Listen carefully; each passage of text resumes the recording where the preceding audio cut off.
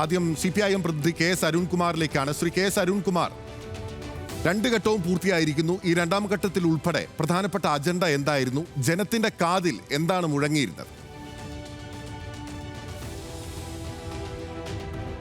2 ഘട്ടം തെരഞ്ഞെടുപ്പ് പൂർത്തീകരിക്കുന്ന ഈ അവസരത്തിൽ വളരെയധികം ആത്മവിശ്വാസത്തിലാണ് ഞങ്ങൾ ഉയർത്തിപ്പിടിച്ചിരിക്കുന്ന ജനപക്ഷ രാഷ്ട്രീയത്തിന് വലിയ തരത്തിലുള്ള അംഗീകാരം ജനങ്ങളിൽ നിന്ന് കിട്ടും എന്ന് തന്നെയാണ് ഞങ്ങൾക്ക് പൂർണ്ണ ആത്മവിശ്വാസം. പ്രത്യേകിച്ച് 10 വർഷം മുമ്പ് ഞങ്ങൾ അധികാരത്തിൽ വരുമ്പോൾ അഴിമതിയിൽ മുങ്ങിക്കുളിച്ച കെടുകാര്യസ്ഥതയുടെ ഭാഗമായി എല്ലാം തകർക്കപ്പെട്ട ഒരു സംസ്ഥാനമായിരുന്നു കേരളം. ആ കേരളത്തിൽ 600 കാര്യങ്ങൾ അടങ്ങുന്ന പ്രകടന പത്രികയാണ് ഞങ്ങൾ ജനങ്ങൾക്ക് മുന്നിൽ അവതരിപ്പിച്ചത്. ആ പ്രകടന പത്രികയിൽ 600-ൽ 580 കാര്യങ്ങളും പൂർത്തീകരിച്ച് പ്രോഗ്രസ് റിപ്പോർട്ട് 5 എണ്ണം പുറത്തിറക്കാൻ ഞങ്ങൾക്ക് കഴിഞ്ഞു. 2021 ആയപ്പോൾ ഞങ്ങൾ 900 കാര്യങ്ങൾ ജനങ്ങൾക്ക് മുന്നിൽ അവതരിപ്പിച്ചു. ഒരു നവകേരളത്തെ ഒരു വിജ്ഞാന സമൂഹമാക്കി മാറ്റാൻ വേണ്ടിയിട്ടുള്ള നിർദ്ദേശങ്ങളാണ് അതിൽ ഉൾപ്പെട്ടത്. അതിൽ ഏകദേശം 750ഓളം കാര്യങ്ങൾ പൂർത്തീകരിച്ച് ബാക്കി കാര്യങ്ങൾ അണ്ടർ പ്രോസസ്സിലാണ് എന്ന് 2ാം പിണറായി സർക്കാരും 4 പ്രോഗ്രസ് റിപ്പോർട്ടുകൾ പുറത്തിറക്കി. അതിൽ ഏറ്റവും അടിസ്ഥാനപരമായിട്ടുള്ള കാര്യം പശ്ചാത്തല സൗകര്യ വികസനത്തിന്റെ കാര്യത്തിൽ കഴിഞ്ഞ 9.5 വർഷമായി ഈ ഗവൺമെന്റ് നടത്തിയ വിപ്ലവകരമായ ഇടപെടലാണ്. ഉമ്മൻചാണ്ടിയുടെ കാലത്ത് ദേശീയപാത ഉപേക്ഷിച്ചു പോയി. ദേശീയപാത അതോറിറ്റി ഉദ്യോഗസ്ഥരെല്ലാം തിരിച്ച് ഡൽഹിക്ക് പോയി ഓഫീസ് പൂട്ടി. ഇനി ഒരിക്കലും കേരളത്തിൽ ഭൂമി ഏറ്റെടുക്കൽ നടക്കില്ലെന്ന് പറഞ്ഞു. അതുപോലെ ഗെയിൽ പൈപ്പ് ലൈൻ പദ്ധതി ഇടയ്ക്ക് വെച്ച് ഉപേക്ഷിച്ചു. ഭൂമി ഏറ്റെടുക്കൽ നടക്കില്ലെന്ന് പറഞ്ഞ് ഉപേക്ഷിച്ചു പോയി. അത്തരത്തിലുള്ള വൻകിട പദ്ധതികളെല്ലാം സമയബന്ധിതമായി പൂർത്തീകരിക്കാനും വലിയ മുന്നേറ്റം ഉണ്ടാക്കാനും കഴിഞ്ഞിരിക്കുന്നു. ഇപ്പോൾ ദേശീയപാത, തീരദേശ ഹൈവേ, മലയോര ഹൈവേ, ജലമെട്രോ, AI camera, high speed fibre internet connection, phone, 55,000 class മുറികൾ ഹൈടെക്കായി മാറിയത്, ആരോഗ്യരംഗത്ത് പുതിയ ആശുപത്രികൾ, കെട്ടിടങ്ങൾ, വലിയ സൗകര്യങ്ങൾ എല്ലാം ഒരുക്കുമ്പോൾ പശ്ചാത്തല വികസന രംഗത്ത് വലിയ മാറ്റം, കുതിപ്പുണ്ടാക്കാനാണ് കഴിഞ്ഞത്. അതുപോലെ സാമൂഹ്യ സുരക്ഷ, നമുക്കറിയാം ഈ ഗവൺമെന്റ് അധികാരത്തിൽ വരുമ്പോൾ 600 രൂപ പെൻഷൻ 18 മാസം കുടിശ്ശികയായിരുന്നു. അത് 1000 രൂപയാക്കി വർദ്ധിപ്പിച്ചു. 1600 ആക്കി ഇപ്പോൾ 2000 രൂപയാക്കി വർദ്ധിപ്പിച്ചു. പെൻഷൻ വാങ്ങിക്കുന്നവരുടെ എണ്ണം 64 ലക്ഷമാക്കി ഉയർത്തി. അതുപോലെ വീട്ടമ്മമാർക്ക് 33.5 ലക്ഷം വീട്ടമ്മമാർക്ക് പെൻഷൻ പ്രഖ്യാപിച്ചു. 5 ലക്ഷം യുവജനങ്ങൾക്ക് പെൻഷൻ പ്രഖ്യാപിച്ചു. ആകെ 3.5 കോടി ജനസംഖ്യയാണ് കേരളത്തിൽ. 2.25 ജനസംഖ്യയാണ്. ഇതെല്ലാം ഉണ്ടായിരിക്കെ തന്നെ ഇന്ന് വോട്ട് ചെയ്ത ശേഷം മുഖ്യമന്ത്രി പിണറായി വിജയൻ കൊടുത്ത ബൈറ്റ് അല്ലെങ്കിൽ അദ്ദേഹം പറഞ്ഞ വാക്കുകൾ ഇതിലൊന്നുമല്ലായിരുന്നു. ഫോക്കസ് കോൺഗ്രസുമായി ബന്ധപ്പെട്ട, രാഹുൽ മാങ്കൂട്ടവുമായി ബന്ധപ്പെട്ട വിഷയങ്ങളായിരുന്നു. അതിൽ ഞങ്ങൾ തെരഞ്ഞെടുപ്പ് കാലഘട്ടത്തിൽ, ഇപ്പോൾ തെരഞ്ഞെടുപ്പുമായി ബന്ധപ്പെട്ടുകൊണ്ടുള്ള ചർച്ചയാണല്ലോ, പഞ്ചായത്ത് കൺവെൻഷൻ മുതൽ വാർഡ് കൺവെൻഷൻ, ബൂത്ത് കൺവെൻഷൻ, അതുപോലെ തന്നെ കുടുംബയോഗങ്ങൾ, സ്ഥാനാർത്ഥികളുടെ തുറന്ന പ്രചരണങ്ങൾ, അതുപോലെ റാലികൾ, എല്ലാ ഘട്ടത്തിലും ഈ തെരഞ്ഞെടുപ്പ് ഉയർത്തിപ്പിടിക്കുന്ന വികസനത്തിന്റെ രാഷ്ട്രീയം ഞാൻ ആദ്യം സൂചിപ്പിച്ച് പൂർത്തീകരിക്കാൻ അങ്ങ് അനുവദിച്ചില്ല. 1 പശ്ചാത്തല വികസന രംഗത്തെ നേട്ടങ്ങൾ, 2 സാമൂഹ്യ സുരക്ഷാ പദ്ധതികൾ അതിന്റെ നേട്ടങ്ങൾ, 3 വിപ്ലവകരമായ വികസന പ്രവർത്തനങ്ങൾ, വികസിത രാജ്യങ്ങളുടെ അപ്പുറത്തേക്ക് കുതിച്ചു മുന്നേറുന്ന 95,000 കോടി രൂപയുടെ കിഫ്ബിയുടെ വികസന പ്രവർത്തനങ്ങളെല്ലാം അത് ജനങ്ങളുടെ ഇടയിൽ നന്നായി വിശദീകരിച്ച് മുന്നോട്ട് പോകുന്നു. അതിനിടയിൽ ഉയർന്നു വരുന്ന രാഷ്ട്രീയ വിഷയങ്ങളിൽ ഒരു രാഷ്ട്രീയ പാർട്ടി എന്ന രൂപത്തിൽ ഞങ്ങളുടെ നിലപാട് വ്യക്തമാക്കിയിട്ടുണ്ട്. ഇവിടെ പത്രക്കാർ ചോദിച്ചു, അതിന് കൃത്യമായിട്ട് മുഖ്യമന്ത്രി മറുപടി പറഞ്ഞു. ഞങ്ങൾ ഈ തെരഞ്ഞെടുപ്പിൽ എല്ലാ ഘട്ടത്തിലും ഉപയോഗിച്ചത് ഈ കേരളത്തിലെ 9.25 വർഷത്തെ ഇടതുപക്ഷ ജനാധിപത്യ മുന്നണിയുടെ ഭരണ നേട്ടങ്ങളും ആ ഭരണ നേട്ടങ്ങളെ തകർക്കാൻ UDF-ഉം BJP-യും തോളിൽ കൈയിട്ടുകൊണ്ട് നടത്തുന്ന ശ്രമങ്ങളും, നമ്മൾ കേരളം കടത്തിലാണ്, കേന്ദ്ര വിഹിതം വെട്ടിക്കുറയ്ക്കുന്ന അവസരം, മറ്റ് പല സാഹചര്യം, ഗവർണറെ ഉപയോഗിച്ചുകൊണ്ട് രാഷ്ട്രീയം കളിക്കുന്ന സാഹചര്യം, ഇതിലെല്ലാം കേരളത്തിന്റെ ഒരു സമാനതകളില്ലാത്ത മുന്നേറ്റം സൃഷ്ടിക്കാൻ നമുക്ക് കഴിഞ്ഞിട്ടുണ്ട്. ഇന്നലെ തന്നെ ഇപ്പോൾ നമ്മുടെ നടി ആക്രമിക്കപ്പെട്ട കേസിൽ പോലും സർക്കാർ അപ്പീലിന് പോകുന്നു, വേറെ പണിയൊന്നുമില്ലാഞ്ഞിട്ടാണ് എന്ന് പറയുന്ന സാഹചര്യമുണ്ടായി. യൂത്ത് കോൺഗ്രസിന്റെ സംസ്ഥാന പ്രസിഡന്റ് ആയിരുന്ന ആൾക്കെതിരെ ഓരോ ദിവസവും പെൺകുട്ടികളുടെ പരാതി വരുന്നതും ഗൗരവമായി അത് കേരളം ചർച്ച ചെയ്തുകൊണ്ടിരിക്കുന്ന സാഹചര്യങ്ങളും എല്ലാം നമ്മുടെ മുന്നിലുണ്ട്. അത്തരത്തിൽ ഉയർന്നു വരുന്ന രാഷ്ട്രീയ വിഷയങ്ങളിലും അടക്കം ഞങ്ങൾ അഭിപ്രായം പറഞ്ഞിട്ടുണ്ട്. അതുപോലെ LDF-നെ നേരിടാൻ ഇപ്പോഴത്തെ സാഹചര്യവും സ്ഥിതിയും വെച്ച് UDF-ന് കഴിയില്ല എന്നതുകൊണ്ട് ജമാഅത്തെ ഇസ്ലാമിയും വെൽഫെയർ പാർട്ടിയുമായിട്ട് പരസ്യമായിട്ടുള്ള ബന്ധമുണ്ടാക്കി നീക്കുപോക്ക് എന്നവർ വിശേഷിപ്പിക്കുന്നു. അത്തരം ഒരു സാഹചര്യത്തിൽ മതരാഷ്ട്രവാദികളുമായിട്ട് പരസ്യമായിട്ട് കൂട്ടുകൂടുന്നതിനെയും ഞങ്ങൾ ജനങ്ങൾക്ക് മുന്നിൽ അവതരിപ്പിച്ചിട്ടുണ്ട്. വികസന രാഷ്ട്രീയം പറയുന്ന LDF-നെ, CPIM നേതൃത്വത്തിലുള്ള സർക്കാരിനെ ജനകീയ വിചാരണ നടത്തി ജനങ്ങളുടെ മുൻപിൽ എന്തുകൊണ്ട് UDF-ന് വോട്ട് ചെയ്യണം എന്ന് തന്നെയാണോ നിങ്ങൾ ജനങ്ങളോട് പറഞ്ഞിരുന്നത്? അതോ വിവാദങ്ങളുടെ പുകമറയിൽ നിന്നുകൊണ്ടാണോ നിങ്ങൾ ജനങ്ങളോട് കാര്യങ്ങൾ സംസാരിച്ചിരുന്നത്?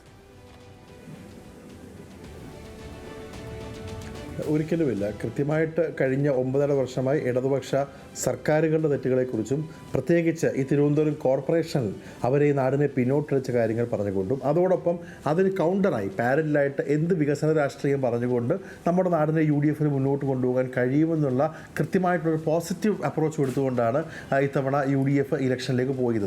തീർച്ചയായിട്ടും 13-ാം തീയതി റിസൾട്ട് ഉണ്ടുമ്പോൾ ആ ഒരു പോസിറ്റീവ് അപ്രോച്ചിന് ഉള്ള ജനങ്ങളുടെ ഒരു മാർക്കുകൾ കൂടി കാണുമെന്നുള്ള കാര്യത്തിൽ യാതൊരു സംശയവുമില്ല. അവിടെ അഡ്വക്കേറ്റ് അരുൺകുമാർ കുറേയേറെ കാര്യങ്ങൾ പറഞ്ഞു. പക്ഷെ അതൊന്നുമല്ല ഇവിടെ ചർച്ച ചെയ്യാൻ CPM ആഗ്രഹിച്ചത്. CPM വീടുകളിൽ ചെന്ന് തിരുവനന്തപുരം കോർപ്പറേഷനിലടക്കം ചർച്ച ചെയ്തതും അല്ലെങ്കിൽ പറഞ്ഞതും ഈ പറഞ്ഞ അപകസർപ്പ കഥകൾ തന്നെയാണ്. അവർ പറഞ്ഞ ഒരു വികസന കാര്യവും ജനങ്ങളുടെ മുന്നിൽ എത്തിയാൽ അത് മുന്നോട്ട് പോകില്ല, അത് എറിക്കില്ല എന്നുള്ളത് അവർക്ക് തന്നെ അറിയാമായിരുന്നു. കാരണം നിങ്ങൾ ഈ പറഞ്ഞ അതേ കാര്യങ്ങളാണല്ലോ നിങ്ങൾ നിലമ്പൂർ ബൈ ഇലക്ഷനിൽ പറഞ്ഞത്, ഈ പറഞ്ഞ അതേ കാര്യങ്ങളാണല്ലോ നിങ്ങൾ പാലക്കാട് പറഞ്ഞത്, ഈ പറഞ്ഞ അതേ കാര്യങ്ങളാണല്ലോ നിങ്ങൾ തൃക്കാക്കര പറഞ്ഞത്, ഈ പറഞ്ഞ അതേ കാര്യങ്ങളാണല്ലോ നിങ്ങൾ പുതുപ്പള്ളി പറഞ്ഞത്. അപ്പോൾ കഴിഞ്ഞ അടുപ്പിച്ച് നടന്ന 4 ഇലക്ഷനിലും അതൊന്നും ഈ പറഞ്ഞ അതേ കാര്യങ്ങളാണ് നിങ്ങൾ ലോക്സഭാ ഇലക്ഷനും പറഞ്ഞത്. പക്ഷേ അതൊന്നും ഇഫക്റ്റ് ആയിട്ടില്ല. ഈ വരുന്ന പഞ്ചായത്ത് ഇലക്ഷനും ത്രിതല പഞ്ചായത്ത് ഇലക്ഷനും ഈ കാര്യങ്ങൾ ഇഫക്റ്റ് ആയിട്ടില്ല എന്നുള്ളത് ഒരു വാസ്തവമാണ്. ഞാനിപ്പോൾ നിൽക്കുന്നത് തിരുവനന്തപുരത്താണ്. ഈ തിരുവനന്തപുരത്ത് ഇത്രയും വലിയ വികസനം പറയുകയായിരുന്നെങ്കിൽ എന്തുകൊണ്ട് ഈ വികസനത്തിൻ്റെയൊക്കെ മുന്നിൽ നിന്ന് നിങ്ങളുടെ മേയർക്ക് ഔദ്യോഗികമായിട്ടൊരു പ്രോഗ്രാം പോലും കൊടുത്തില്ല? ഏകദേശം 1.25 മാസം നീണ്ട ഇലക്ഷൻ പ്രചരണത്തിൽ തിരുവനന്തപുരത്തെ മേയർ അപ്രതീക്ഷിതയായിരുന്നു. അവർ സ്വന്തമായ നിലയിൽ ചില വാർഡുകളിൽ പോയി ഫേസ്ബുക്കിൽ പോസ്റ്റ് ഇട്ടതല്ലാതെ മേയറിനെക്കുറിച്ച്, മേയർ കൊണ്ടുവന്ന വികസനത്തെക്കുറിച്ച് ഒരു വാക്ക് പോലും ഉരിയാടാൻ കഴിഞ്ഞിട്ടില്ല. ഈ കോർപ്പറേഷനിൽ ഇന്ന വികസന പ്രവർത്തനങ്ങൾ തിരുവനന്തപുരത്ത് ഇടതുപക്ഷ മേയർമാർ കഴിഞ്ഞ 40 വർഷമായി ചെയ്തു, വേണ്ട കഴിഞ്ഞ 10 വർഷമായി ചെയ്തു എന്ന് പറഞ്ഞുകൊണ്ട് വോട്ട് പിടിക്കാനുള്ള ധൈര്യം ഇടതുപക്ഷത്തിനില്ലായിരുന്നു. അപ്പോൾ ഇതുകൊണ്ടാണ് ഞാൻ പറഞ്ഞു വന്നത്, വികസനം, അടിസ്ഥാനമായിട്ടുള്ള വികസനവും നാടിനെ മുന്നോട്ട് കൊണ്ടുപോകാൻ കഴിയുന്നത് UDFനാണ് എന്നുള്ളൊരു പൊതുബോധ്യം ജനങ്ങൾക്കിടയിലുണ്ട്. മുഖ്യമന്ത്രി പോലും ഒരു സ്റ്റേറ്റിൻ്റെ മുഖ്യമന്ത്രി ഇലക്ഷൻ കഴിഞ്ഞ് ബൈറ്റ് കൊടുക്കുന്നത് ചെറിയ നേതാക്കൾ കൊടുക്കുന്ന പോലത്തെ ഒരു ബൈറ്റായിരുന്നു. അദ്ദേഹത്തിൻ്റെ പോസ്റ്റിൽ നിന്ന്, അപ്പോൾ അദ്ദേഹം എൻ്റെ കൂടെ മുഖ്യമന്ത്രിയാണ്, അദ്ദേഹത്തിൻ്റെ പോസ്റ്റിൽ നിന്ന് എത്രയോ താഴെ നിൽക്കുന്ന ഒരു കമൻറ്റാണ് അദ്ദേഹം കൊടുത്തത്. അദ്ദേഹം നേരത്തെ പറഞ്ഞാൽ എന്തുകൊണ്ട് ധൈര്യമായിട്ട് എൻ്റെ സർക്കാർ ചെയ്ത പ്രവർത്തനങ്ങൾ വിലയിരുത്താമെന്ന് എന്തുകൊണ്ട് പറയുന്നില്ല എന്ന് മാത്രമല്ല, ഇവിടെ ദേശീയ ഹൈവേയുടെ കാര്യം ശ്രീ അരുൺകുമാർ പറഞ്ഞു. ആ ദേശീയ ഹൈവേ പൊട്ടിപ്പൊളിഞ്ഞ് കണ്ണൂരും കൊല്ലത്തുമൊക്കെ പൊട്ടിപ്പൊളിഞ്ഞ് ആ ദേശീയ ഹൈവേക്ക് വലിയ പ്രശ്നങ്ങൾ ഉണ്ടാകുമെന്നുള്ള റിപ്പോർട്ട് വരെ വന്നിട്ട് നിങ്ങളുടെ പാർട്ടി സെക്രട്ടറി അരുൺകുമാർ പറഞ്ഞ വാചകങ്ങളല്ല ശ്രീ പാർട്ടി സെക്രട്ടറി പറഞ്ഞത് അപ്പം ദേശീയ ഹൈവേ ദേശീയ സർക്കാരിൻ്റെ അത് പറഞ്ഞു. കൊല്ലത്ത് പൊളിയുമ്പോൾ, കണ്ണൂർ പൊളിയുമ്പോൾ, കോഴിക്കോട് പൊളിയുമ്പോൾ അതൊന്നും ഒരു ബന്ധവുമില്ല, അല്ലെങ്കിൽ അതെല്ലാം അവരുടെ വിജയമാണെന്ന് പറഞ്ഞു. അപ്പോൾ ഈ തരത്തിലുള്ള വൈരുദ്ധ്യങ്ങൾ ജനങ്ങൾ കാണുന്നുണ്ട്. കൃത്യമായിട്ടും നാടിനെ മുന്നോട്ട് കൊണ്ടുപോകുവാൻ, ജനങ്ങൾക്ക് സ്വൈര്യമുള്ള ഒരു ജീവിതം മുന്നോട്ട് പോകുവാൻ നമ്മുടെ നാട്ടിൽ ശ്രീ കെ ശബരിനാഥൻ, UDF നേതാക്കൾ, കോൺഗ്രസ് നേതാക്കൾ ഇത്തരം കാര്യങ്ങൾ ജനകീയ വിചാരണ CPIMനെ അല്ലെങ്കിൽ ആ സർക്കാരിനെ, LDF സർക്കാരിനെ നടത്തിയെന്ന് പറയപ്പെടുമ്പോൾ പോലും നിങ്ങളുടെ ഒന്നാമത്തെ ടോക്കായി വന്നിരുന്നത് ശബരിമല സ്വർണ്ണക്കൊള്ളയല്ലേ? അവിടെ എല്ലായിരുന്നോ കോൺഗ്രസ് ഫോക്കസ് കൊണ്ട് വെച്ചിരുന്നത് ഈ തദ്ദേശ തെരഞ്ഞെടുപ്പിൽ? അല്ലാതെ ഫോക്കസ് ചെയ്യേണ്ട ഒരു വിഷയമല്ലെന്നാണോ താങ്കൾ പറയുന്നത്? കേരളത്തിൽ 3.5 കോടി മലയാളികളിൽ ഹിന്ദുക്കളും മുസ്ലിങ്ങളും ക്രിസ്ത്യാനികളും വിശ്വാസമുള്ളവരും വിശ്വാസമില്ലാത്തവരും. ശബരിമല ഒരു പൊതു സ്വത്താണ്, ഒരു പൊതു അസറ്റാണ്, അതൊരു ക്ഷേത്രമാണ്. ഒരു പൊതു അസറ്റായിട്ടുള്ള ശബരിമലയിൽ അവിടെ സ്വർണ്ണം അടിച്ചു മാറ്റുന്ന ആളെക്കുറിച്ച് പറയേണ്ടതില്ലേ? എനിക്ക് തോന്നുന്നു ഇവരുടെ ഇവർ പലതരത്തിലുള്ള കറപ്ഷൻ്റെ ഏറ്റവും മുന്നിൽ നിൽക്കുന്ന ഒന്നാമത്തെ കറപ്ഷനാണ്. അത് ആർക്കും ദഹിക്കാൻ പറ്റാത്തൊരു കറപ്ഷനാണ്. ഈ PWDയിലെ കറപ്ഷനും മറ്റ് കറപ്ഷനും ഒക്കെ ഇവരുടെ സാധാരണ ഉള്ളതാണ്. പക്ഷെ അതിനേക്കാൾ ഉപരി ക്ഷേത്രങ്ങളിലെ പോലും സ്വർണ്ണം അടിച്ചു മാറ്റുന്നു എന്നുള്ളത് ഇവരുടെ കറപ്ഷൻ എന്തുമാത്രം മുന്നിലാണെന്ന് തെളിയിക്കുന്നതാണ്. അപ്പോൾ അതിനെക്കുറിച്ച് പറയേണ്ടതെന്നാണോ പറയുന്നത്? അതിനെക്കുറിച്ച് പറഞ്ഞാൽ എനിക്ക് കുറച്ചിലുണ്ടോ? എനിക്ക് പല മാധ്യമങ്ങളുടെയും അഭിപ്രായമാണ് താല്പര്യം ഇഷ്ടപ്പെടാത്തത്. മതത്തെക്കുറിച്ച് പറയുമ്പോൾ അല്ലെങ്കിൽ മതങ്ങളിലെ ജനങ്ങളുടെ വികാരത്തെ തൊടുന്ന കാര്യങ്ങളെക്കുറിച്ച് പറയുമ്പോൾ അതൊക്കെ എന്തോ പറയുന്ന സ്റ്റൈലിഷ് അല്ല, നമ്മളൊക്കെ പിന്തിരിപ്പമാണെന്ന് പറയുന്ന ആ നിലപാട് മാധ്യമങ്ങൾ എടുക്കില്ല. ഇവിടുത്തെ അഴിമതിയുടെ ഏറ്റവും എവിടെന്നും കക്കാൻ ഇടതുപക്ഷത്തിന് കഴിയുമെന്നുള്ളതല്ല, എവിടെന്നും കക്കാൻ CPMന് കഴിയുമെന്നുള്ളതാണ്. ഒരു മുൻ MLA അടക്കം, ദേവസ്വം ബോർഡ് പ്രസിഡന്റ് അടക്കം അകത്ത് കിടക്കുന്ന സാഹചര്യത്തിൽ അതിനെക്കുറിച്ച് പറയുന്നതിന് കുറച്ചൊന്നുമില്ല. ഇവരുടെ അഴിമതി സർക്കാരിൻ്റെ ഇവർ എന്തുമാത്രം അധപ്പതിച്ചിരിക്കുന്നതിൻ്റെ ഏറ്റവും ഉദാഹരണമായിട്ട് അത് നമ്മൾ പറഞ്ഞൊരു കാര്യമില്ല, ജനങ്ങൾ മനസ്സിലാക്കിയൊരു കാര്യമാണ്. CPMൻ്റെ സ്ക്വാഡുകൾ വീട്ടിൽ പോകുമ്പോൾ ജനങ്ങൾ മറിച്ചു ചോദിച്ച ചോദ്യമാണ്, CPMൻ്റെ അണികൾക്ക് മറുപടിയില്ലായിരുന്ന കാര്യമാണ്. അത് ചോദിക്കുന്ന കുറച്ചിലുള്ള കാര്യമൊന്നുമില്ല. ഇന്നാട്ടിലെ പ്രധാനപ്പെട്ട വിഷയം തന്നെയാണ്. അത് നിങ്ങൾ മതവും ജാതിയും കൂടി കളത്തില്ല. ഇന്നാട്ടിലെ ഒരു പൊതുസ്വത്തായിട്ടുള്ള ക്ഷേത്രത്തിൽ നിന്ന് പണം അടിച്ചു മാറ്റുന്നത് ഏറ്റവും ഗ്രീവിയസ് ആയിട്ടുള്ള തെറ്റാണ്. ഇവിടെ ചർച്ച ചെയ്യുമ്പോൾ ഒന്നാമത്തെ കാര്യമാണ്. അതിനെ നിങ്ങൾ കുറച്ച് കാണിച്ച് നമ്മളൊക്കെ എന്തോ പിന്തിരിപ്പോകാനെന്ന് പറയുന്ന ആ നിലപാട് ഏത് മാധ്യമം ശ്രീ കെ ശബരിനാഥൻ തുടരുക.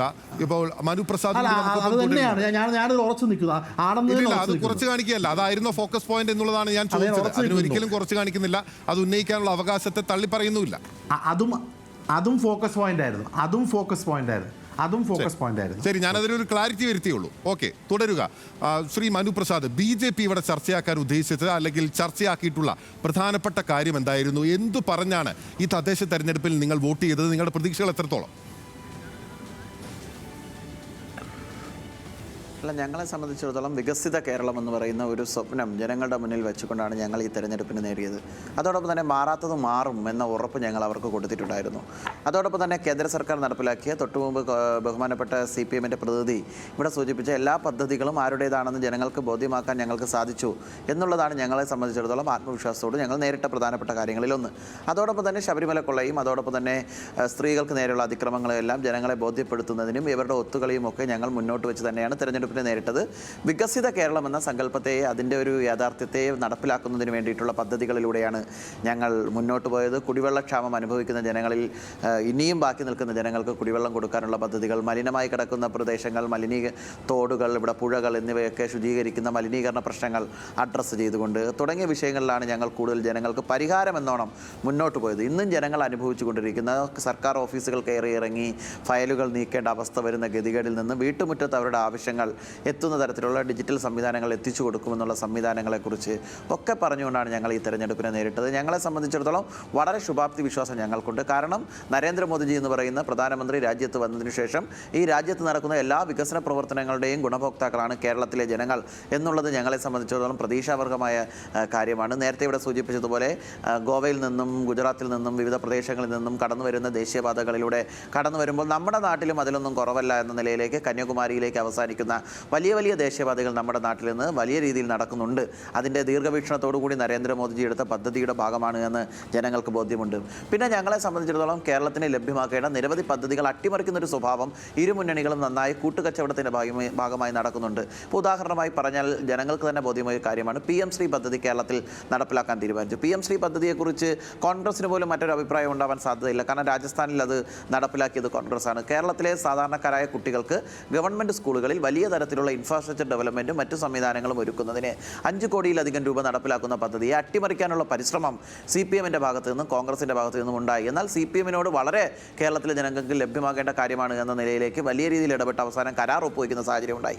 ഒപ്പുവയ്ക്കുന്ന സാഹചര്യം പോലും നടപ്പിലാക്കില്ല എന്നുള്ള ഇടങ്കോലിടാനുള്ള പദ്ധതികൾക്ക് ഇവർ നേതൃത്വം നൽകുന്നു. അതായത് രാജ്യത്ത് നടക്കുന്ന വികസന പ്രവർത്തനങ്ങളുടെ ഭാഗമായി കേരളത്തിന് സ്വാഭാവികമായും അനുവദിക്കേണ്ട PM ശ്രീ പദ്ധതിയുമായി ഒരു ബന്ധവുമില്ലാത്ത നമ്മുടെ അടിസ്ഥാന അവകാശമായിട്ടുള്ള ഫണ്ട് തടഞ്ഞു വെക്കുന്നതിന് കൊണ്ടാണ് ഇത് ഒപ്പിടേണ്ടി വന്നത് എന്നുള്ളതല്ലേ വിദ്യാഭ്യാസ മന്ത്രി ഉൾപ്പെടെ പറഞ്ഞിരുന്നത്. ഈ SSK ഫണ്ട് ഒപ്പിടാതിരിക്കുന്നതിന് വേണ്ടിയിട്ടാണ് ഈ പ്രശ്നം അല്ലെങ്കിൽ ഈ പ്രഷർ അവിടെ നിൽക്കുന്നത് എന്നുള്ള വാദം തള്ളുന്നതിന് വേണ്ടി കേന്ദ്രത്തിൽ ആരും തയ്യാറായിട്ടില്ലല്ലോ. BJP പോലും അത് തള്ളി പറഞ്ഞിട്ടില്ലല്ലോ.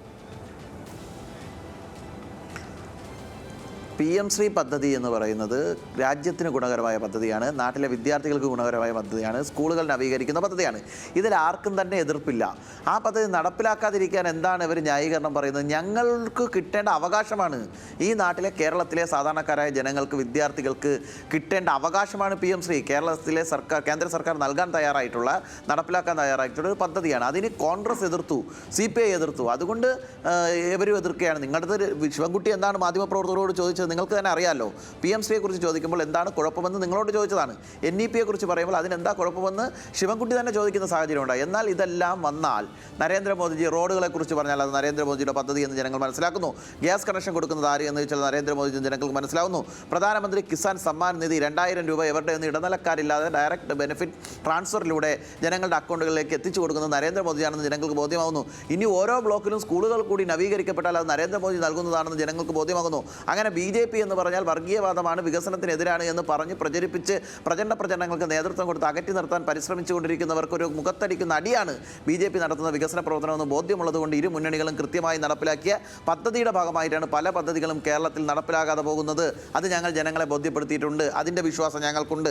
ഞങ്ങൾ കേരളത്തിൽ വന്നു കഴിഞ്ഞാൽ PM ശ്രീ പല ആൾക്കാരും നടപ്പിലാക്കാതിരിക്കാനുള്ള പരിശ്രമം നടത്തി. അതുപോലെ തന്നെ വന്ധ്യവയോജകരായ ആളുകൾക്ക് ആരോഗ്യ ഇൻഷുറൻസ് നൽകുന്ന പദ്ധതി ഇന്ന് കേരളത്തിൽ നടപ്പിലാക്കിയിട്ടില്ല. മറ്റു പല സംസ്ഥാനങ്ങളിൽ നടപ്പിലാക്കാതിരുന്ന സ്ഥലത്തെല്ലാം BJPയുടെ സർക്കാർ അധികാരത്തിൽ വന്നപ്പോൾ അതെല്ലാം നടപ്പിലാക്കുന്ന സാഹചര്യമുണ്ടായി. ഇതെല്ലാം ജനങ്ങൾ ബോധ്യപ്പെടുത്തിയാണ് ഞങ്ങൾ വോട്ട് പിടിക്കാൻ പോയത്. വികസിത കേരളം എന്ന സങ്കല്പത്തെ മുന്നോട്ട് വെച്ച് തെരഞ്ഞെടുപ്പിനെ നേരിട്ട ഒരേ ഒരു പ്രസ്ഥാനം ഭാരതീയ ജനതാ പാർട്ടിയാണ്. ബാക്കി ഇരു മുന്നണികളും ജമാഅത്ത് ഇസ്ലാമി, പോപ്പുലർ ഫ്രണ്ട്, വർഗീയ കക്ഷികളെ കൂട്ടുപിടിച്ച് എങ്ങനെയാണ് വോട്ട് തുലനം ചെയ്യാമെന്നുള്ള ധാരണയിലാണ് അവർ മുന്നോട്ട് പോയത്. ഇന്ത്യ മുന്നണി എന്ന സഖ്യത്തോടു കൂടിയാണ് ഇവർ പല സ്ഥലത്തും പ്രവർത്തിച്ചത്. തിരുവനന്തപുരം കോർപ്പറേഷനിലൊക്കെ പ്രകടമായി നമുക്കത് കാണാൻ സാധിച്ചിട്ടുണ്ട്. കോൺഗ്രസ് കൂട്ടത്തോടുകൂടി കൊണ്ടുപോയി CPM സാഹചര്യമൊക്കെ പല സ്ഥലത്തും ഞങ്ങൾക്ക് കാണാൻ സാധിച്ചിട്ടുണ്ട്. ഞങ്ങൾ അതിനെ അതിജീവിച്ചാണ് സർക്കാരിന് അനുകൂലമാകുമോ അല്ലെങ്കിൽ നിലവിലെ സർക്കാരിന് അനുകൂലമാകുമോ? മാത്രമല്ല, ഇപ്പോൾ നമ്മൾ 3 മുന്നണികളുടെയും അങ്ങ് ഉൾപ്പെടെ 3 മുന്നണികളുടെയും രാഷ്ട്രീയ അജണ്ട എന്തായിരുന്നു എന്നത് സംബന്ധിച്ച് ജനങ്ങൾക്ക് ഒരു ബോധ്യം വന്നിട്ടുണ്ടാകും. ആ ബോധ്യത്തിന്റെ അടിസ്ഥാനത്തിലാണ് ജനം വോട്ട് ചെയ്തിട്ടുള്ളതെങ്കിൽ, മറ്റേ സാധാരണക്കാരായ മനുഷ്യർ വോട്ട് ചെയ്തിട്ടുണ്ടെങ്കിൽ അത് നിങ്ങൾക്ക് അനുകൂലമാകുമെന്ന് ഉറച്ചു പ്രതീക്ഷിക്കുന്നത് എന്താണ്? അപ്പോൾ ഇവർക്ക് മറുപടി നൽകാം. ഇവിടെ കോൺഗ്രസിന്റെയും BJPയുടെയും പ്രതിനിധി പറയുന്നത് ഏതെങ്കിലും ഒരു ഡേറ്റ വെച്ചിട്ടാണോ? ഇപ്പൊ BJPയുടെ പ്രതിനിധി അവസാനം പറയുന്നത് ഞാൻ പറഞ്ഞ വികസന പ്രവർത്തനങ്ങളെല്ലാം കേന്ദ്രം തന്നാണെന്ന്. ഈ ചൂരൽമല മുണ്ടക്കൈ ദുരന്തം ഈ രാജ്യത്ത് തന്നെ ഉണ്ടായിട്ടുള്ള പ്രകൃതിക്ഷോഭങ്ങളിൽ വെച്ച് ഏറ്റവും വലുതിൽ 3ാമതായിരുന്നു. നിങ്ങൾ ഏറ്റവും അവസാനം 1.25 വർഷങ്ങൾക്ക് ശേഷമാണ് 233 കോടി രൂപ പ്രഖ്യാപിച്ചത്. അതിൽ ഇതുവരെ തന്നത് 73 കോടി രൂപയാണ്. പക്ഷേ നിങ്ങളുടെ 1 രൂപ തരുന്നതിന് മുമ്പ് തന്നെ ആ എല്ലാ തരത്തിലും ഈ കേരളത്തോട് അവഗണന കാണിക്കുമ്പോഴും 533 വീട് ഉൾപ്പെടുന്ന നല്ല മനോഹരമായ വീട് ഉൾപ്പെടുന്ന ടൗൺഷിപ്പ് അവിടെ പൂർത്തീകരിച്ചുകൊണ്ടിരിക്കുകയാണ്. ഈ മാർച്ച് മാസത്തിൽ പൂർത്തീകരിക്കുന്നു. കോൺഗ്രസ് അവിടെ പ്രഖ്യാപിച്ചിരുന്നല്ലോ 1000 വീട്, 500 വീട്, പിന്നെ 100 വീട്. കർണാടകത്തിലെ ഗവൺമെന്റ് കൊടുക്കുന്ന, കോൺഗ്രസ് ഗവൺമെന്റ് കൊടുക്കുന്ന 100 വീട്, രാഹുൽ ഗാന്ധിയുടെ 100 വീട്, എല്ലാം പോട്ടെ. ഒരു വീടിന് 1 സെന്റ് സ്ഥലം വാങ്ങിയില്ല, ഒരു കല്ലിട്ടില്ല ഇതുവരെ. അവിടുത്തെ ചൂരൽമല മുണ്ടക്കൈയിലെ ഏറ്റവും പ്രധാനപ്പെട്ട കോൺഗ്രസിന്റെ മണ്ഡലം നേതാവ് നസീർ ആലങ്കൽ അടക്കം 30ഓളം പ്രധാനപ്പെട്ട കോൺഗ്രസ് നേതാക്കളും കുടുംബങ്ങളും ഇന്നലെ ചെങ്കൊടിയേന്തി CPMന്റെ ഭാഗമായിട്ട് മാറി. എന്നിട്ട് പറഞ്ഞു, ഈ ദുരന്തമുഖത്ത് ഞങ്ങളോടൊപ്പം നിൽക്കുന്നത് ഈ പാർട്ടിയാണ്, ചെങ്കൊടിയാണ്, CPM ആണ്, അതുകൊണ്ട് ഞങ്ങൾ CPMൽ ചേരുന്നു എന്ന് പറയുന്ന ഒരു സാഹചര്യം ഉണ്ടായി. ഞാൻ സൂചിപ്പിച്ചത് ഇവിടെ പാർശ്വവൽക്കരിക്കപ്പെട്ട ജനത്തെ മുഖ്യധാരയിലേക്ക് കൊണ്ടുവരാൻ അതിദരിദ്ര സർവേ നടത്തി അവരെ കണ്ടെത്തി അവർക്ക് വീട്, അവർക്ക് റേഷൻ കാർഡ്, ആധാർ കാർഡ്, അവർക്ക് ഭക്ഷണം, അവർക്ക് തൊഴിൽ എല്ലാം കൊടുത്ത് സമൂഹത്തിന്റെ എല്ലാ മേഖലകളിലും ഗവൺമെന്റിന്റെ കരുതൽ എത്തുന്നു. അത് ജനങ്ങൾ ബോധ്യപ്പെടുന്നു. അത്തരത്തിലുള്ള ജനങ്ങൾ സന്തോഷത്തോടെ ഇടതുപക്ഷത്തിന് അനുകൂലമായി ചിന്തിക്കുന്നു എന്നതാണ് ഞങ്ങളുടെ ആത്മവിശ്വാസം. അല്ലാതെ ഈ പറയുന്നത് പോലെ പൊള്ളക്കണക്കുകളോ അതുപോലെ ഓടെ വെടിവെക്കുന്ന രീതിയോ അല്ല. ഞങ്ങൾ ഉയർത്തിപ്പിടിച്ചത് കൃത്യമായി വികസനത്തിന്റെ രാഷ്ട്രീയം തന്നെയാണ്. ഞങ്ങൾ പ്രകടന പത്രികയിൽ പറയുന്നു 600 കാര്യം. ഓരോ വർഷവും പ്രോഗ്രസ് റിപ്പോർട്ടിലൂടെ ഇന്ന കാര്യങ്ങൾ ഞങ്ങൾ പൂർത്തീകരിച്ചു. 600ൽ 550 പൂർത്തീകരിച്ചു എന്ന് ജനങ്ങളെ ബോധ്യപ്പെടുത്തി. ഇപ്പോൾ 900 കാര്യങ്ങൾ 2021ൽ 750ഓളം കാര്യങ്ങൾ പൂർത്തീകരിച്ചു എന്ന് ജനങ്ങളെ ബോധ്യപ്പെടുത്തി. ഇനി 6 മാസം 5 മാസം കാലാവധിയുണ്ട്. അതിൽ ബാക്കിയുള്ളതും ഞങ്ങൾ പൂർത്തീകരിക്കും. ഏതെങ്കിലും ബുദ്ധിമുട്ടുണ്ടോ? ഞങ്ങൾ ജനങ്ങളോട് കൃത്യമായിട്ട് കമ്മ്യൂണിക്കേറ്റ് ചെയ്യും. പെൻഷൻ ഒരു 9 മാസം കുടിശ്ശിക വന്നു. ഞങ്ങൾ പറഞ്ഞു ഇതാണ് കാരണം. കേന്ദ്രം പെൻഷൻ കമ്പനികളുടെ മേൽ കടമെടുപ്പ് തോത് പരിധിയൊക്കെ വെച്ചുകൊണ്ട് നമ്മെ തകർക്കാൻ ശ്രമിക്കുന്നു. ഒരു പിന്തുണ കോൺഗ്രസിന്റെ ഭാഗത്തു നിന്ന് കിട്ടിയില്ല. കാസർഗോഡ് മുതൽ തിരുവനന്തപുരം വരെ ജാഥ നടത്തി ഇതിന്റെ കാര്യങ്ങൾ വിശദീകരിച്ചു. ഇപ്പോഴിതാ ഈ കേരളം തന്നെ ധനകാര്യ മാനേജ്മെന്റ് ഏറ്റവും കൃത്യമായി വ്യക്തമായിട്ട് മുന്നോട്ട് പോയി. പെൻഷൻ കുടിശ്ശികയില്ല. 1200 കോടി രൂപ വേണം ഒരു മാസം പെൻഷൻ വിതരണം ചെയ്യാൻ. ഡിസംബറിലെ ക്രിസ്മസിനുള്ള പെൻഷൻ കൂടി ഈ 15-ാം തീയതി മുതൽ വിതരണം ചെയ്യുകയാണ്. അതുപോലെ തന്നെ കേരളത്തിന് കിട്ടുന്ന പല പദ്ധതി വിഹിതം വൻകിട ദേശീയ പദ്ധതികളുമായി ബന്ധപ്പെട്ടുകൊണ്ട് ഏതെങ്കിലും തരത്തിൽ ഒരു പരിഗണന കിട്ടിയിട്ടുണ്ടോ? ഇന്നൊരു ഇംഗ്ലീഷ് പത്രത്തിലെ ഏറ്റവും വലിയ വാർത്തയാണ് 2020 മുതൽ NDRFന്റെ ഒരു ഫണ്ടും കേരളത്തിന് തന്നിട്ടില്ല. ദേശീയ ദുരന്ത നിവാരണ അതോറിറ്റിയുടെ 5 പൈസ തരാത്ത ഇന്ത്യയിലെ ഏക സംസ്ഥാനം ഈ കേരളമാണ്. SDRFലെ ഫണ്ട് നമ്മുടെ വിഹിതം നമുക്ക് തന്നെ തന്നിട്ട് പറയുകയാണത് തന്നു. തമിഴ്നാടിന് 1700 കോടി രൂപ കൊടുത്തു കഴിഞ്ഞ വർഷം NDRFൽ നിന്ന്. ഈ കേരളത്തിന് നയാ പൈസ ഇല്ല. ഗവർണറെ ഉപയോഗിച്ചുകൊണ്ടുള്ള രാഷ്ട്രീയം കളി ഇതൊക്കെ നമ്മൾ കാണുകയാണല്ലോ. സുപ്രീം കോടതി ഇന്ന് കൊടുത്തില്ലേ, കനത്ത പ്രഹരം കൊടുത്തില്ലേ, ഞങ്ങൾ തീരുമാനിക്കാം എന്ന് പറയുന്ന സാഹചര്യം ഉണ്ടായില്ലേ? അപ്പൊ BJP ആയാലും കോൺഗ്രസ് ആയാലും ഈ കേരളത്തിന്റെ എല്ലാ ഗതകാല നേട്ടങ്ങളെയും തകർക്കുവാനും വികസനത്തെ തകർക്കുവാനും ഞങ്ങൾ അധികാരത്തിൽ വന്നാൽ ലൈഫ് മിഷൻ പിരിച്ചുവിടും, ഞങ്ങൾ അധികാരത്തിൽ വന്നാൽ പൊതുവിദ്യാഭ്യാസ യജ്ഞം അവസാനിപ്പിക്കും, ഞങ്ങൾ അധികാരത്തിൽ വന്നാൽ കേരള ബാങ്ക് പിരിച്ചുവിടും, ഞങ്ങൾ തുരങ്കപാതയെ അനുവദിക്കില്ല, ഈ ദേശീയപാത എങ്ങനെയെങ്കിലും കമ്മീഷൻ ചെയ്ത് ഉദ്ഘാടനം ചെയ്യാമെന്ന് പിണറായി വിജയൻ വിചാരിക്കേണ്ടതില്ല. അങ്ങനെയൊക്കെ എത്രയോ പ്രസ്താവനകൾ നമ്മുടെ പൊതുസമൂഹത്തിന്റെ മുന്നിലുണ്ട്. ഇതൊക്കെ ജനങ്ങൾ കാണുകയല്ലേ. ഇവിടെ പറഞ്ഞല്ലോ ദേശീയപാത 28 സംസ്ഥാനങ്ങളിൽ 27 സംസ്ഥാനങ്ങളിലും ദേശീയപാതയ്ക്ക് വേണ്ടി പൈസ മുടക്കിയത് കേന്ദ്ര ഗവൺമെന്റും ദേശീയപാത അതോറിറ്റിയുമാണ്. സംസ്ഥാന ഗവൺമെന്റ് നയാ പൈസ കൊടുക്കേണ്ടി വന്നിട്ടില്ല. എന്താ കേരളത്തിൽ മാത്രം 5580 കോടി രൂപ കൊടുത്ത് ഭൂമി ഏറ്റെടുക്കേണ്ടി വന്നത്? ഇപ്പോൾ 6500 കോടി രൂപ മുടക്കേണ്ടി വന്നത് എങ്ങനെയാ? കിഫ്ബിയുടെ പണം ഉപയോഗിച്ചല്ലേ. തെരഞ്ഞെടുപ്പ് വന്നു എന്ന് നമ്മൾ അറിയണത് എങ്ങനെയാ? കിഫ്ബിയുടെ ഒരു നോട്ടീസ് വരുമ്പോഴാ.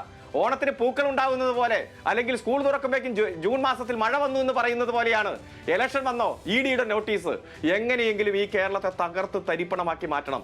ഈ ഒരു ഘട്ടത്തിലാണ് ഈ BJP നടത്തുന്ന കേരള വിരുദ്ധ പ്രവർത്തനത്തിന് കേന്ദ്രത്തിന്റെ ഒരു ഭാഗമാണ് ഈ കേരളം എന്നുള്ള ഒരു പരിഗണന നൽകാതെ നമ്മെ തകർക്കാനുള്ള നയങ്ങൾക്ക് കോൺഗ്രസ് പൂർണ്ണ പിന്തുണ കൊടുക്കുന്നതും നമ്മൾ കണ്ടുകൊണ്ടിരിക്കുകയാണ്. അതുകൊണ്ട് ഇതിലധികം വലിയ ആരോപണം നേരത്തെ ഉന്നയിച്ചിരുന്നു 2020 കഴിഞ്ഞ പഞ്ചായത്ത് തെരഞ്ഞെടുപ്പ് കിടക്കുമ്പോൾ സ്വർണ്ണക്കള്ളക്കടത്ത്, ബിരിയാണി ചെമ്പ്, ഈന്തപ്പഴത്തിന്റെ കുരുവിന്റെ ഉള്ളിൽ സ്വർണം കടത്തി, ഖുറാന്റെ ഉള്ളിൽ വെച്ച് സ്വർണ്ണം നടത്തി, വടക്കാഞ്ചേരി ലൈഫ് എന്നൊക്കെ പറഞ്ഞ് പത്രം തുറന്നാൽ ഇടതുപക്ഷ വിരുദ്ധ വാർത്ത, ചാനൽ തുറന്നാൽ ഇടതുപക്ഷ വിരുദ്ധ ബ്രേക്കിംഗ് ന്യൂസിന്റെ ഒരു കാലത്താണ് കഴിഞ്ഞ പഞ്ചായത്ത് തെരഞ്ഞെടുപ്പ് നടന്നത്. അന്ന് റിസൾട്ട് വന്നപ്പോൾ 2020 ഡിസംബർ മാസം 16-ന് 6 കോർപ്പറേഷനിൽ 5 LDF, 14 ജില്ലാ പഞ്ചായത്തിൽ 11 LDF, 941 ഗ്രാമപഞ്ചായത്തിൽ 600ഓളം ഗ്രാമപഞ്ചായത്ത് LDF, ബ്ലോക്ക്, മുനിസിപ്പാലിറ്റി ആധികാരികമായിട്ടുള്ള വിജയം നേടാൻ LDFന് കഴിഞ്ഞു.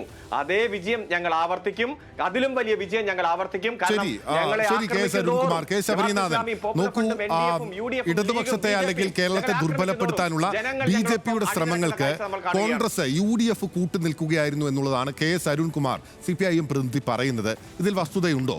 നിങ്ങൾ ഈ തെരഞ്ഞെടുപ്പ് കാലത്ത് കേരളത്തിലെ ഗവൺമെന്റിന്റെ ജനവിരുദ്ധ നയങ്ങൾക്കെതിരെ വാതോരാതെ സംസാരിച്ചു, വീട് കയറി എന്നാണല്ലോ അങ്ങ് പറയുന്നത്. കേന്ദ്രത്തിനെതിരെ നിങ്ങൾ കാര്യമായ രീതിയിൽ പ്രചരണത്തിലൊന്നും പറഞ്ഞില്ലേ? ഇദ്ദേഹം പറയുന്നതിൽ വസ്തുതയുണ്ടോ? അല്ല, അദ്ദേഹം പറയുന്ന കണക്കുകൾ ഓരോന്നോരോന്നോട്ട് ഖണ്ഡിക്കാൻ ഞാൻ ആഗ്രഹിക്കുകയാണ്. ആദ്യം അദ്ദേഹം കഴിഞ്ഞ ഇലക്ഷൻ സമയത്ത് നമ്മൾ പല കാര്യങ്ങളും തകർക്കാൻ നോക്കിയിരുന്നു. ഒരൊറ്റ ചോദ്യം, നിങ്ങൾ പറഞ്ഞ വടക്കാഞ്ചേരി ലൈഫ്, അതിൻ്റെ അവസ്ഥ എന്താണ് ഇപ്പം? നിങ്ങൾ പറയുന്നത് UDF മുടക്കാൻ നോക്കി നിങ്ങൾ അതിജീവിച്ചു വന്നു എന്നുള്ളതേ. ഒരാൾക്കെങ്കിലും അതിൻ്റെ ഭാഗമായി വീട് വെച്ചു, അവിടെ വീടുകൾ പൊന്തിയോ? അവസാനം MLA സേവ്യർ ചിറ്റിലപ്പള്ളി ചോദിച്ചു നോക്കാം, നിങ്ങളുടെ MLA നമ്പർ ഉണ്ടെങ്കിൽ തരാം. കോൺഗ്രസ് MLA ആണോ 5 വർഷം ഉള്ളത്? ഞാൻ വെയിറ്റ് ചെയ്യാം. അതിനുശേഷം നിങ്ങൾ 5 വർഷം ഭരിച്ചല്ലോ. അല്ലല്ല കാര്യം പറയുമ്പോൾ അരുൺകുമാർ വക്കീലെ കാര്യം പറയുമ്പോൾ മാറാൻ സമ്മതിക്കത്തില്ല. നിങ്ങൾ 5 വർഷമായി നിങ്ങളുടെ MLA ഉണ്ട്. നിങ്ങൾ പറഞ്ഞു നമ്മളൊരു പരാതി പറഞ്ഞു, തെറ്റാണെന്ന് പറഞ്ഞു. അതിനുശേഷം കോടതി അടക്കം പലരും നമ്മൾ പറയുന്നത് ശരിയാണെന്ന് പറഞ്ഞു. ഈ നാള് നമ്മൾ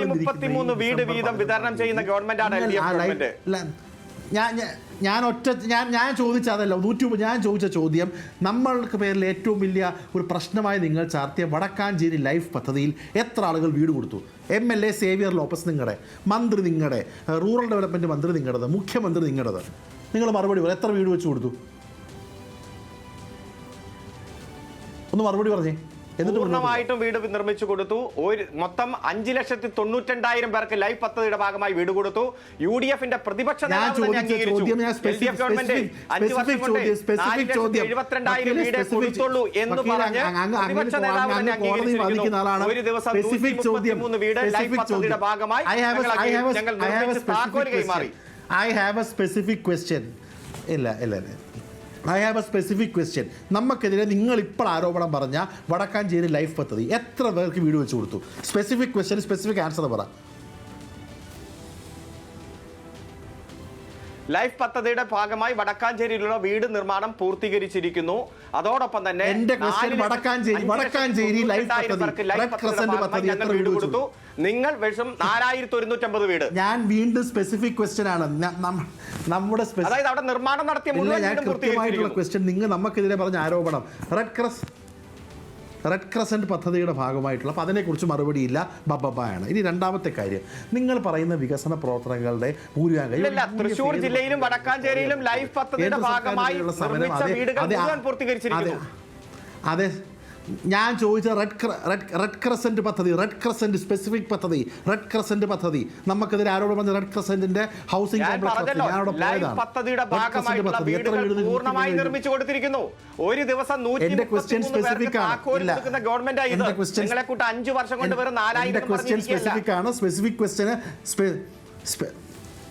ആ 5 വർഷം 4000 4 പറഞ്ഞു കൃത്യമില്ലാത്ത ഉത്തരം കണക്ക് 100% 5 വർഷം specific ആണ്. ലൈഫ് പദ്ധതി ഇപ്പോൾ കണക്കില്ല. പൂർത്തീകരിച്ചിരിക്കുന്നു. അതുകൊണ്ട് ഞാൻ ചാലഞ്ച് ചെയ്യുന്നു 5 വർഷം 4000 നിങ്ങൾ 6 വർഷത്തേക്ക് ഞാൻ കണക്ക് കൃത്യമായി തരാം. ഞാൻ കൃത്യമായി 5 വർഷം കൊണ്ട് നമുക്കെതിരെ ഏറ്റവും ഒരു വലിയ ദിവസം ആരോപണമായി 133 കേരളം മുഴുവൻ അതായത് കേരളം 9 മുഴുവൻ വർഷം കൊണ്ട് കേരളം 5 മുഴുവൻ ലക്ഷത്തി നിങ്ങൾ പറഞ്ഞ കേരളം 92,000 മുഴുവൻ നിങ്ങൾ പറഞ്ഞ 5,92,000 വീട് ഈ കേരളത്തിൽ പൂർത്തീകരിച്ചു കൊടുത്തു.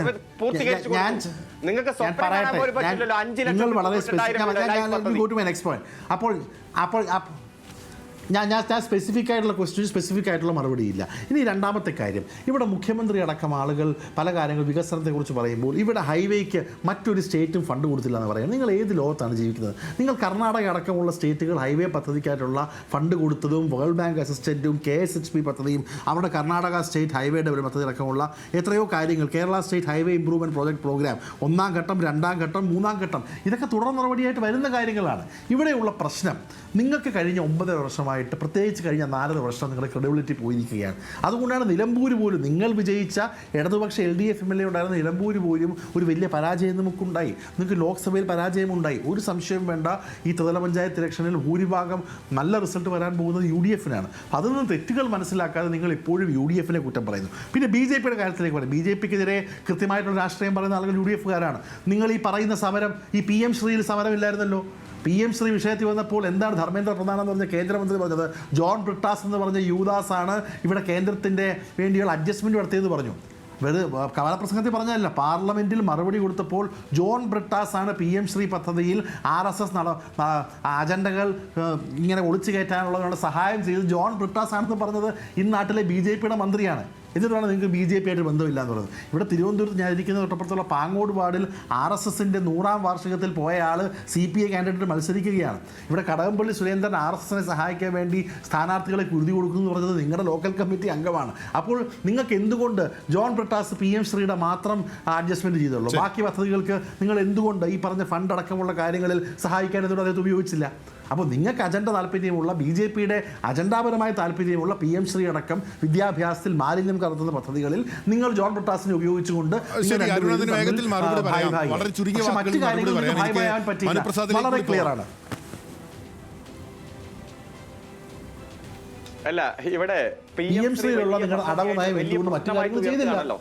ഈ കോൺഗ്രസ് ഭരിക്കുന്ന ഗുജറാത്ത്, കോൺഗ്രസ് ഭരിക്കുന്ന ഹരിയാന, കോൺഗ്രസ് ഭരിച്ച ഛത്തീസ്ഗഡ്, ഇപ്പോൾ കോൺഗ്രസ് ഭരിച്ചുകൊണ്ടിരിക്കുന്ന തെലങ്കാന, ഇപ്പോൾ കോൺഗ്രസ് ഭരിച്ചുകൊണ്ടിരിക്കുന്ന കർണാടക, ഈ 5 സംസ്ഥാനങ്ങളിലും PM ശ്രീ ഗംഭീരമായി BJP-യേക്കാൾ മുമ്പേ രാജസ്ഥാനിലടക്കം നടപ്പാക്കിയിട്ട് വന്നിട്ടാണ് ഇവരെ എതിർക്കുന്നത്. ഇവർക്ക് എന്തും കേരളത്തിൽ വന്ന് നല്ലത് വന്നാൽ ഇവരെ എതിർത്തോട്ടെ.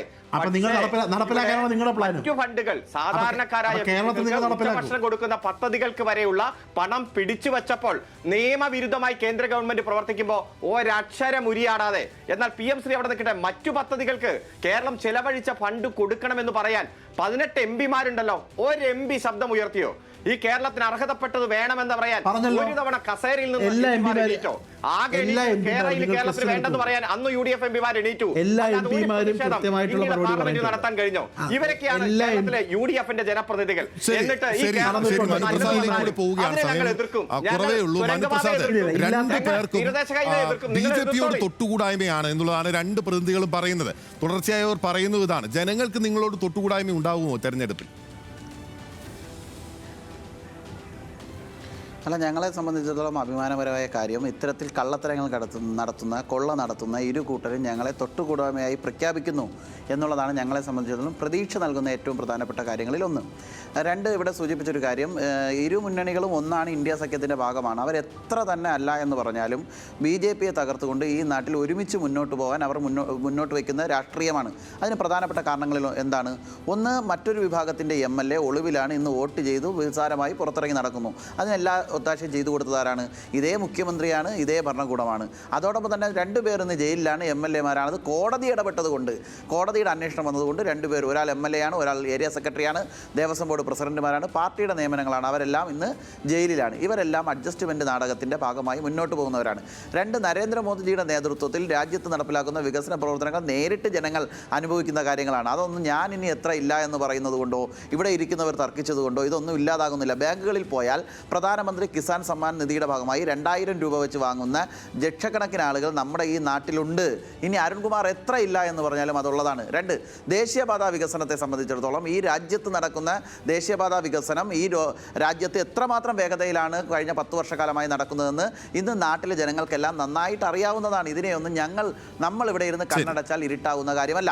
ഇനി മറ്റൊരു കാര്യം, പ്രധാനമന്ത്രി ആവാസ് യോജനയുടെ ഭാഗമായി വീട് ലഭിച്ച ധാരാളം ആളുകൾ, ഏതാണ്ട് 90,000 അധികം വീടുകൾ ഈ അടുത്ത കാലത്ത് തന്നെ നമ്മുടെ ഈ പ്രദേശങ്ങളിൽ ലഭിക്കുന്ന സാഹചര്യമുണ്ട്. 36,000-ഓളം വീടുകൾ തിരുവനന്തപുരം കോർപ്പറേഷന് തന്നെ ലഭിക്കുന്ന സാഹചര്യം ഉണ്ടായിട്ടുണ്ട്. ഇത് മാത്രമല്ല ഇവിടെ വേറൊരു കാര്യം സൂചിപ്പിച്ചു.